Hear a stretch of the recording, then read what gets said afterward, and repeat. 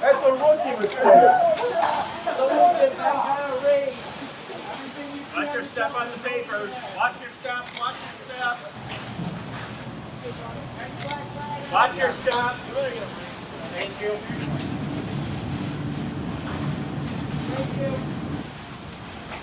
Everything you see on the shelf is what we have. We're getting more stuff throughout the day. No toilet paper.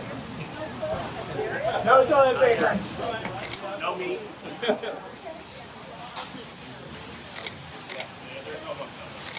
Yeah, chicken, ground beef, a couple of proteins for the freezer. Okay. You have a lot of concerns about what's coming? No, just hunkering down, trying to keep everyone calm and safe. Here at 5:30, and I just wanted to get, my regular weekly toilet paper, not stocking up. There was nothing. They said, oh, it'll be here in the morning, and there's no toilet paper at all. Jeez. So, it's all right. I'll just hunt at some other stores to find some.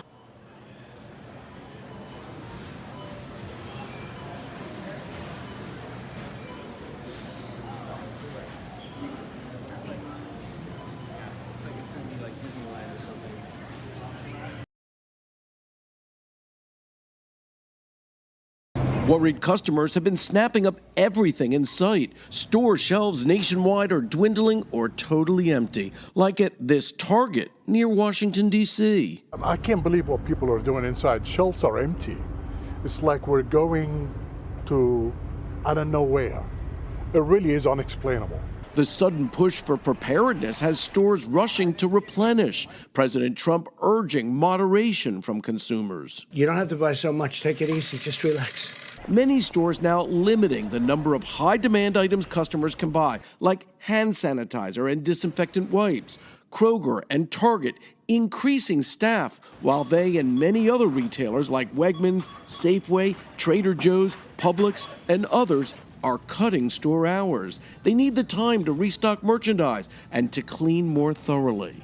This freezer section nearly bare. Here, produce gone, cleaning products low, bleach totally bought out.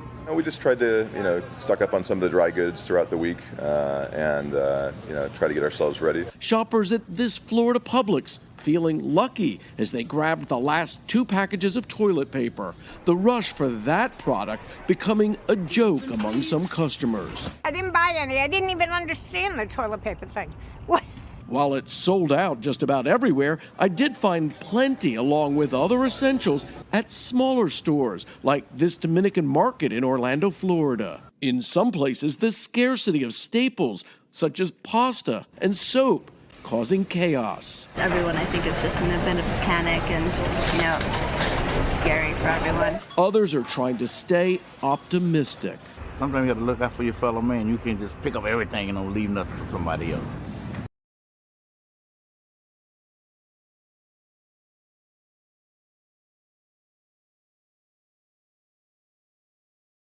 Members of the National Guard are being deployed across the country to help states mitigate the other painful reality from the pandemic, hunger.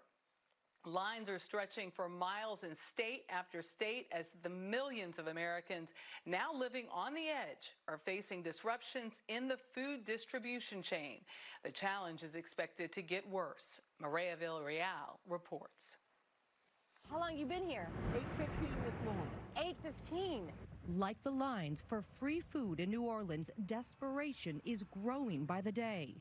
Most of these first-time families are filled with fear and uncertainty. What are you missing at home? What's milk, like milk, eggs, bread. We need help, like probably every city does. Across the country, scenes of gratitude for the most basic needs, like at this food kitchen in Washington, D.C. This program means that we get to eat today. The National Guard helping with these lines in Boston, stretching several blocks. 17 million more Americans could now face hunger because of the coronavirus pandemic. Thank you so much. Back in New Orleans, at a small church pantry, we met Troy Rawls and Carolyn Caston. Everybody got to share what they got to share. Both are newly unemployed. No shops, no tourists, no income. Was it hard to go there? Was there any sort of reluctance? No, ma'am. Not whatsoever. I mean, it's nothing to be ashamed of. Everybody sometimes get down on their luck. Mashed potatoes. You don't want to eat up everything all at one time, assuming you're going to get something else, because you don't know where that next something else is going to come from. The couple has just enough money saved to keep up with essential bills for a few months, and they're starting to ration their food. When you're living, you don't have to worry about surviving because you know you're living, and it's a different. Right now, it's survival move. The New Orleans Food Bank helped more than 2,500 families on Thursday. They gave out more than 143,000 pounds of food. The national organization Feeding America says if they are going to respond to these needs over the next 6 months, they're going to need an additional $1.4 billion. For CBS This Morning, Saturday, Mireya Villarreal in New Orleans, Louisiana. And as COVID cases rise across the country, the economic fallout also grows. Hundreds of thousands applying for unemployment this week. Food banks across the country on edge as they work to feed the hungry. ABC's Elwin Lopez is at one of those food banks in Atlanta with the very latest. Elwin, good morning.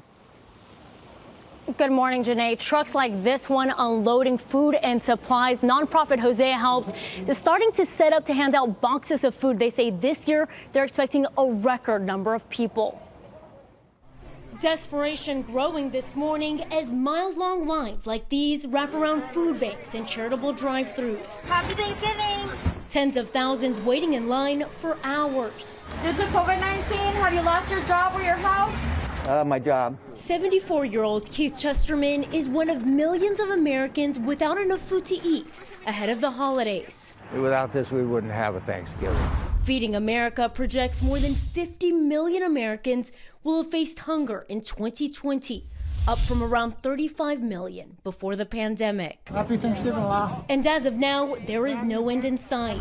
This week, more Americans out of a job, 778,000 filing for unemployment as federal relief is set to dry up. On the eve of Thanksgiving holiday, our businesses have to lay off hundreds, if not collectively thousands of employees. In Los Angeles County, where more than 4,300 positive cases were reported overnight, a new restriction on outdoor dining, limiting all restaurants to takeout only, forcing some business owners to make tough calls. We have to look at our roster. We have to say, like, okay, who are we going to call to tell them that they don't have a job right now? And this is now the third time that we've had to do that. Brittany Valles owns a Mexican restaurant in California. Without government help, she worries it won't survive. I get it. This is what we need to do. But to ask business and even individuals to stay home and to lock down and to not go to work without providing any real tangible aid, it's irresponsible and it's bad business. It's poor leadership. And tens of millions struggling to stay afloat. Organizers tell me they're expecting a line of cars through this drive-thru. The nonprofit says that the need for assistance is up 300%, while donations are significantly down. Eva? So many families in need this morning. Elwin Lopez for us. Well, hey there, GMA fans. Robin Roberts here. Thanks for checking out our YouTube channel. Lots of great stuff here. So go on, click the subscribe button right over here to get more of awesome videos and content from GMA every day, anytime. We thank you for watching, and we'll see you in the morning on GMA.